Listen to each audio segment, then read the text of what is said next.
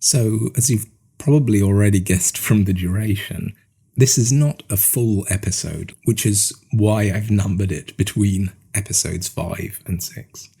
Currently, I'm working on episode 6, which will be looking at the evidence for musical practices somewhere between about 50,000 to 10,000 years ago among Paleolithic societies.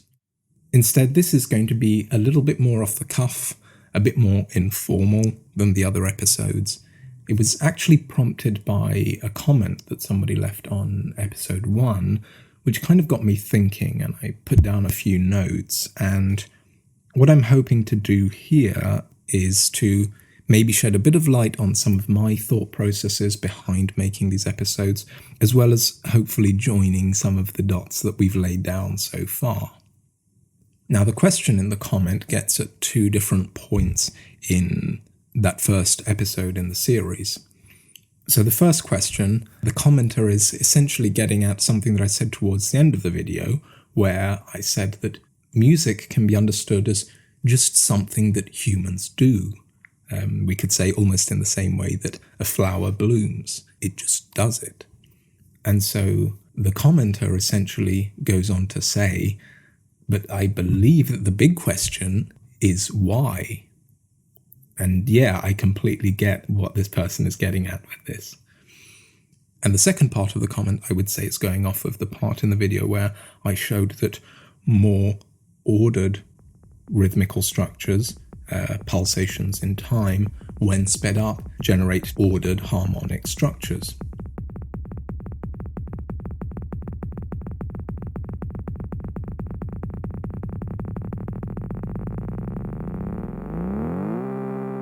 Whereas, on the other hand, more complex rhythmical structures or chaotic sequences of beats generate more complex or more disharmonic or even noisy signals when they're sped up.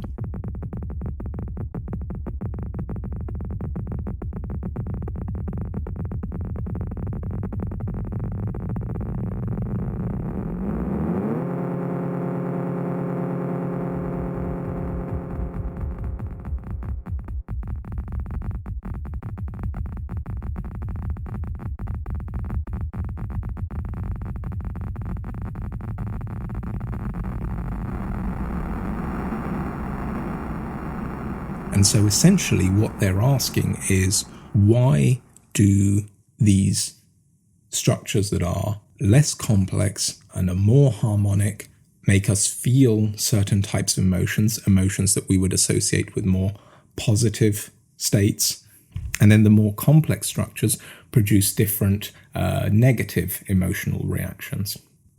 Now, obviously, for anyone who's kind of drilled quite deeply into music and musicology and also music across cultures, we would say that maybe it's a little bit simplistic to say that simple harmonic structures elicit positive emotional reactions and then more complex structures evoke more negative emotional reactions, things like sadness or fear. But I think that even the person commenting here is kind of aware of that. You know, often when you're commenting, I think you're trying to get an idea across as quickly and as simply as possible. And so I would say that maybe a slightly better way of expressing this would be to say that the more ordered structures, the more simple, symmetrical sonic structures elicit emotional reactions that are more uncomplicated, we could say. And so we can see how, even though obviously it isn't completely accurate to say these structures generate positive emotions, we can understand how we do, though, have, on the whole, a relatively positive association with more uncomplicated states. Calm, balance, centeredness, and so on. So I would say that maybe stated that way, it makes a little bit more sense, because the individual emotional reaction can be due to many different things, all kinds of cultural aspects, personal experiences, and so on. But if we were to talk about more uncomplicated emotional states, we can all grasp the fact that there would be something of a positive association with feelings of clarity and calm and structure and balance and so on. And so again, the question that the comment is posing is essentially why? Why is there this association? So I would say this is where I'm coming from in relation to these 2 points. Saying that music, or better, musicking, in other words, all those behaviours that we group under the umbrella term music, which actually indicates an incredibly diverse and varied and complex set of behaviours across human cultures. So to say that musicking is just something that humans do, this is one way of addressing the question, which doesn't exclude other answers. Each answer is partial.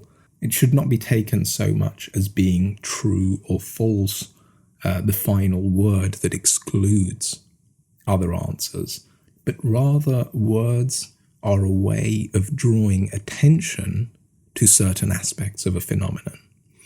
And by its very nature, when you draw attention to certain aspects, then you necessarily obscure others. For example, why do humans breathe? Now, one answer would be to say that they breathe so that they may stay alive. This is a sort of teleological answer, and this is what most people think of when they think of why questions. And there is a level on which we understand the reality that this answer is describing, and so we would say that it is true. But this answer also obscures another fact, the fact that you, as a human, are not actually sitting there making a conscious choice to breathe so that you don't die. In a sense, we could say that your experience of breathing, on the whole, is better described by thinking of it as something that largely happens independent of your conscious thought. We could say that your body just knows how to breathe and you're largely just going along for the ride. So in this sense, it would be fair to say that breathing is just something you do, with the same simplicity with which an apple tree just grows apples because that's what it does. It does not trouble itself with why it does it. But as you can see, this second answer now partially obscures the first one, and so on. So in a sense, what I'm getting at when I say that music or musicking is just something that humans do, what I'm saying is that musicking gestures, in a sense, precede conscious thought, both in our evolutionary history and also in our day-to-day lives. In our evolutionary history, in the sense that if we were to travel back in time, we would likely see humans engaging in activities, gestures that we might recognize as musical, but that they wouldn't be thinking of as such. They wouldn't necessarily have the music label to attach to this thing. And in our day-to-day lives, when we catch ourselves humming a song that we hadn't even realized we'd started singing, or we find ourselves moving in time to a piece of music and we're not really sure when we started tapping along to it. That happened without you consciously thinking about it. It is a gesture that emerges with a certain naturalness from you. Now let's look at the second question in a similar way. We can essentially boil it down to the question of why do we find simplicity beautiful? And obviously we made some qualifications about this point at the start, about how that's maybe not the most accurate way of stating it, but there is something to this. We can think, for example, of the basic rule of thumb of design. Simpler is better. We can think of the attraction that we have to symmetry. And there's a level on which symmetry is intrinsically simple. We can think of this even just in terms of mathematics. Symmetrical structures can generally be described in relatively simple mathematical terms.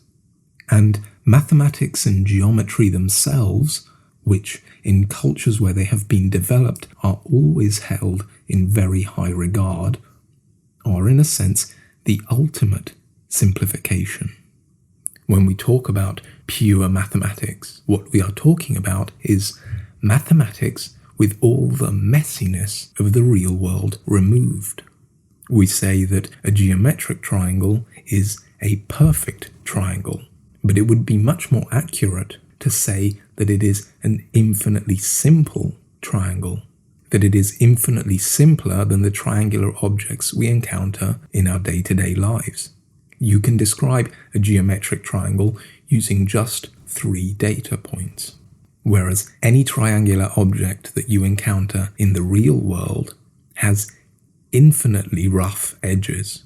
You could go all the way down to describing the position of every single atom on its surface, and you still would not have fully and accurately described its shape. The very idea of perfection implies simplicity.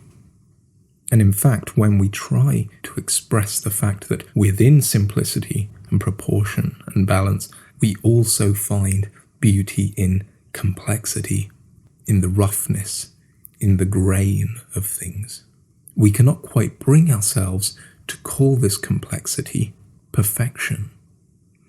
We often use expressions such as perfect imperfections, and the imperfections part of this is precisely indicating that roughness, that complexity.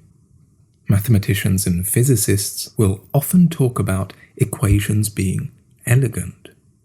And what do they mean by this?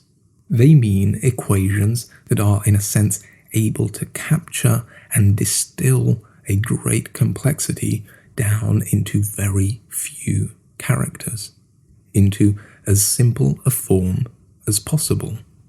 Something like E equals mc squared in physics, or Euler's joule in mathematics. And it is interesting to see that such fields that are often perceived by outsiders to be incredibly impartial and objective should in fact have aesthetic preferences and use poetic language, such as elegant, to describe this. And of course, the reality is that many of the greatest practitioners of these fields often have a profoundly aesthetic and even mystical relationship with their disciplines. And it is perfectly right and human of them to do so. And equations themselves are nothing if not an attempt to describe the entire cosmos in symmetrical terms. What is on this side of the equation is equal to what is on the other side of the equation. And we often find this impulse towards aesthetic and cosmological simplicity across cultures, in the high degree of stylization that is often found in art forms across the world.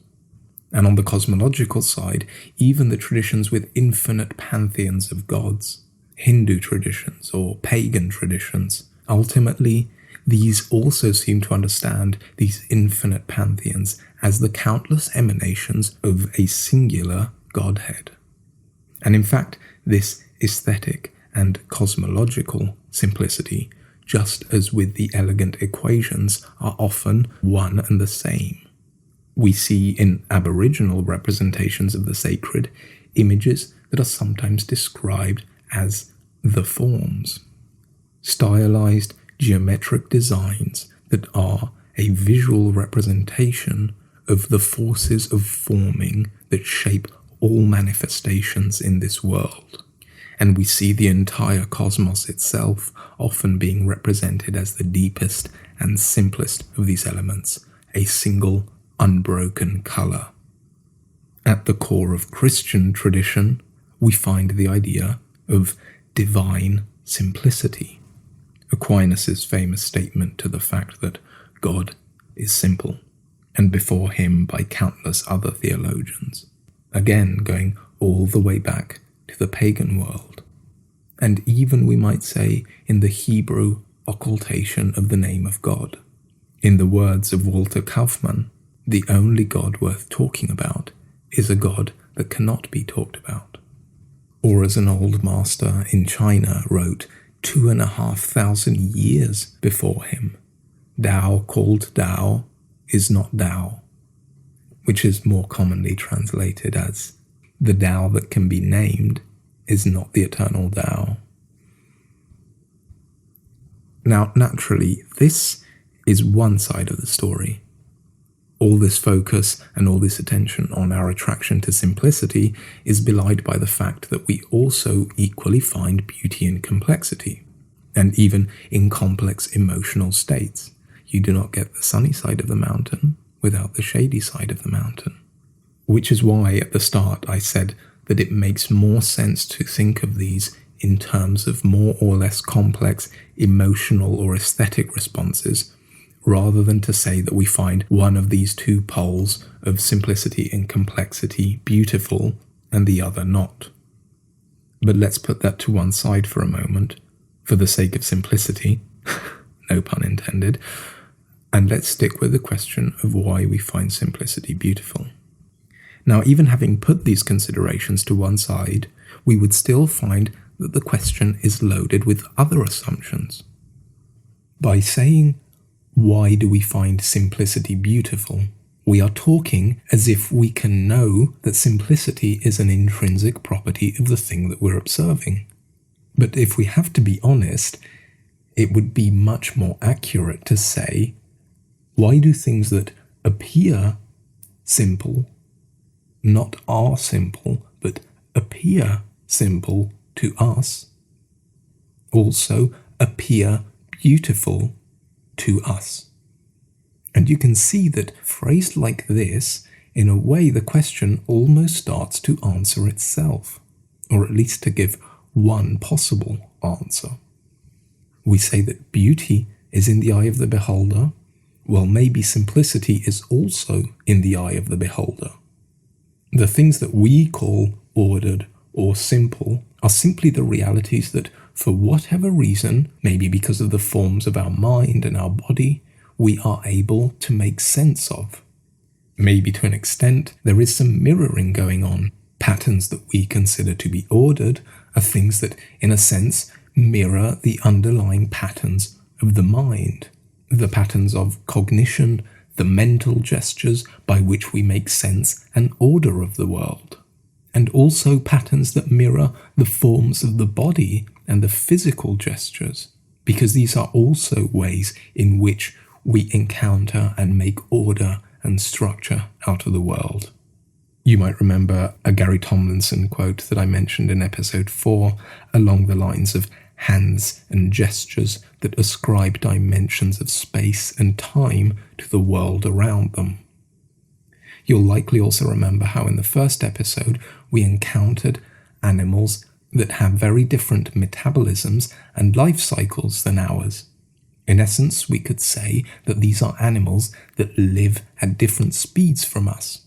And we saw that when we slow down the calls of animals that live at much faster speeds than us, like small birds, or when we speed up those of creatures that live at much slower speeds than us, like whales, that when we do this, patterns in these calls start to become apparent to our ears that previously we could not pick out, because they happened either too fast or too slow for us to be aware of them. And we also said that for this reason we believe that these animals may in fact be experiencing time as passing at different speeds from us. And in fact, it's not just for these reasons I focused on the sonic aspect and the gestural aspect of this, because we're trying to look at the history of musicking, but in the field of chronobiology, which is essentially the field that studies how organisms relate to time and to life cycles. There has also been a lot of other work done on how body size and metabolism in animals seems to be linked to the speed at which they process information.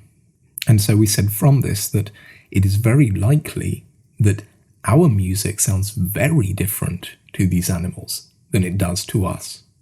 And similarly, our physical structure and our patterns of cognition both seem to rely very heavily on things such as symmetry and repetition for their forms.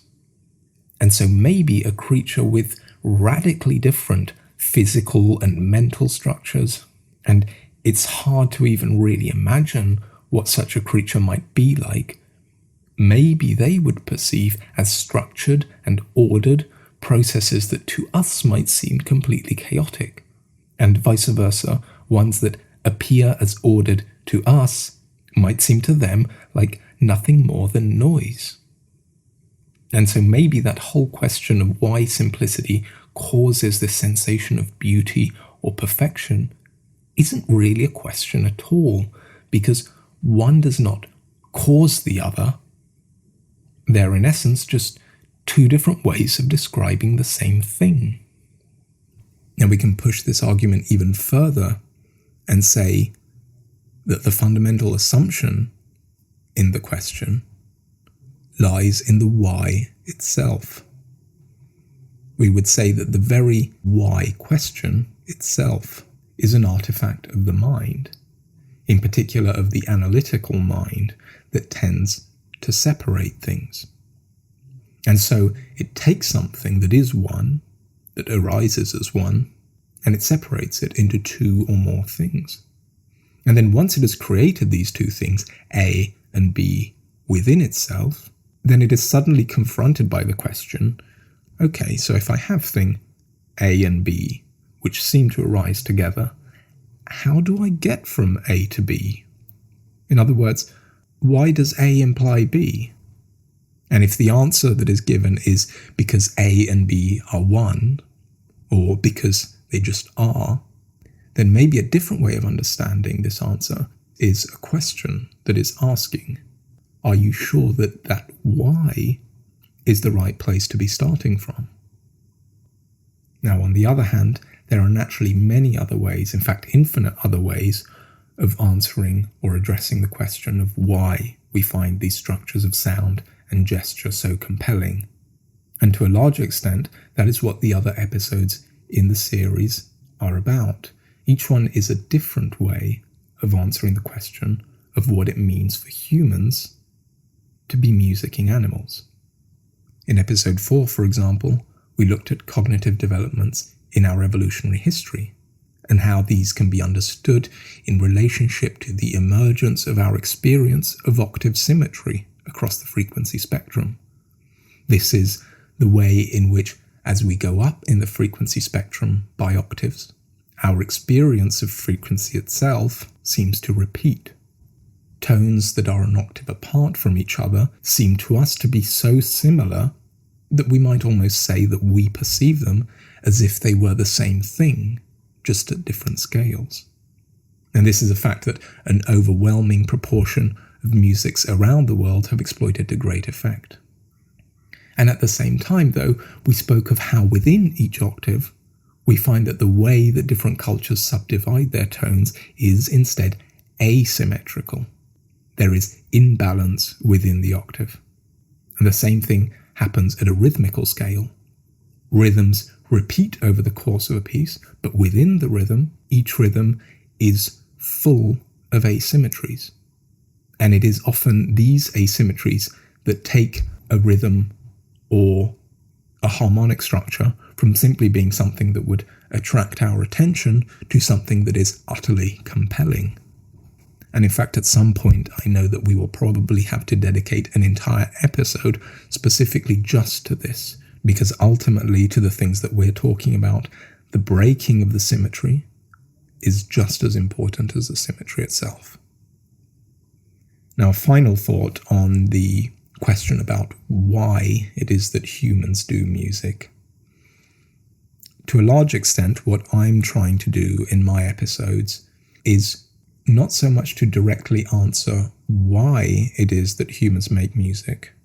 What I'm trying to do is to describe what we know or what we can infer about how musicking behaviors have expressed themselves across human culture and human history. Because there is no why separate from simply what is, how things are, in other words. And so what these first few episodes of this music history are kind of building towards, and which will be culminating probably somewhere around episode 9 or 10, before we then gradually start to enter into the ancient world and the world of settled civilizations, is to, first of all, completely open up the scope of what it means for humans to be musicking animals compared to what the normal understood scope of this conversation tends to be, which focuses very much on music theory and the traditional subjects of musicology. and also to piece together what is my best attempt at describing what musicking was, and in some cases is, in pre-settled cultures, both Paleolithic and modern. Although, as I have said, we cannot and should not imagine that we can draw direct comparisons between the two. There are certain ways in which we can inform the way that we interpret some of our findings from Paleolithic societies by looking at the practices of hunter-gatherers that survived up to the modern day, but we cannot draw any one-to-one comparisons between the two. And this is something that, again, we will have to reiterate and return on to really understand what this means. But my hope is to be able to at least hint at what musicking must have been before the majority of humans shifted towards a settled, sedentary way of living. And I say hint at because I'm under no illusions that my descriptions could ever really capture the reality of the experience of these peoples. Whenever I'm writing notes for my episodes, I find that I'm constantly thinking of Abdel Hakim Murad's observation that those who approach a culture from the outside should always be aware that there are many things going on there that are visible to those within the culture that those on the outside will never be able to see. And as a modern Westerner who grew up in a fairly urban setting, no matter how sincere my desire to understand other ways of being human is, I will always fundamentally be an outsider to that world. And that is fine. The best thing that you can be is to simply be who you are. The important thing is to be aware of who you are, to not fool yourself or appropriate as yours cultural realities which you do not know from the inside. This is maybe going a bit off the topic of the original questions, but this has kind of been a bit of a rambling episode where I'm getting some of my thoughts out there.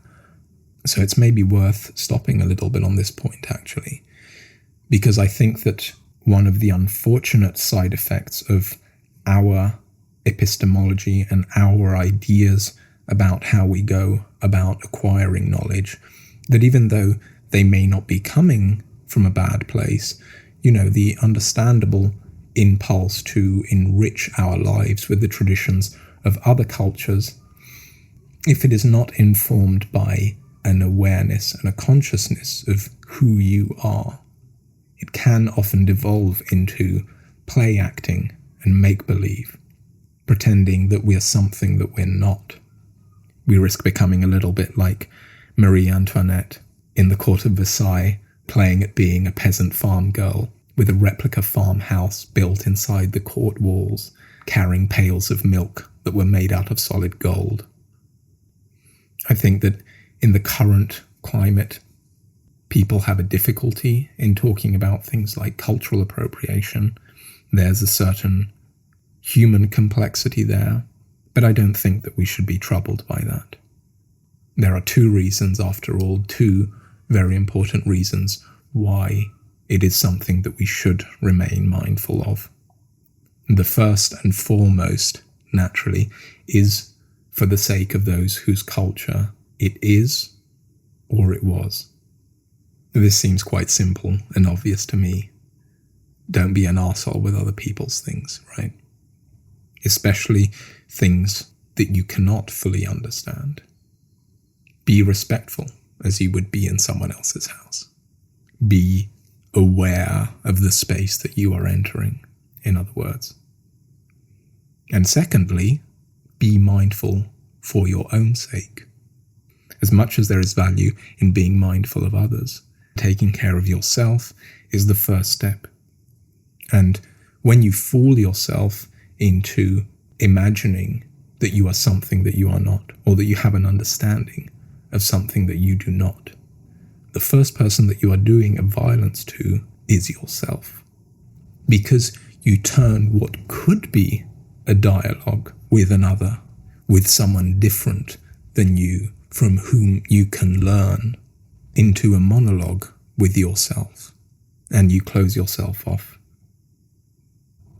We have a number of assumptions about knowledge simply built into our culture and that we absorb as a given.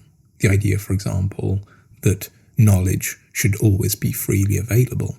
And when we go into many traditional cultures, we find that there is an understanding within those cultures that certain knowledge instead should be occulted, or that there are moments when things cannot be talked about, or there are instances where things cannot be shared. This is because, as with many other things, we tend to treat knowledge as an object, as something that we have property over, a dead thing that we can essentially do whatever we want with. But as with many other things, with their relationship to the land and to animals, many indigenous people and many traditional cultures have a personal relationship with knowledge. They treat these things with the same care and attention and dedication as you would treat a person that you know, a person who is dear to you. And one of the things that I have learned for myself that is fundamental about understanding who you are is having an awareness of this difference. Because our belief that knowledge should be freely available, as much as there are many noble reasons why we might have this belief, also tramples on a personal relationship to knowledge. And the issue is that what you learn is not disentangled from the way in which you learn it. So if you were to come across a piece of occulted knowledge within a traditional culture, and you desired to simply learn about that thing and to not respect the occultation of that knowledge, and were unable to restrain your desire to know that thing, then the thing that you would be learning would not be the same thing as what the people within that culture know. And so you wouldn't even be gaining the knowledge that you wish to seek. For my part, knowing when not to know, when not to pursue something, when to wait and when to be patient, knowing to take care, is an equally important part of my practice as the learning of these things themselves. Because the risk that we are often not aware of because of our built-in assumptions around knowledge is that sometimes the ways that we go about learning things can destroy the very things that we wish to learn about. And the things that we already have lost and are in danger of losing are of such importance.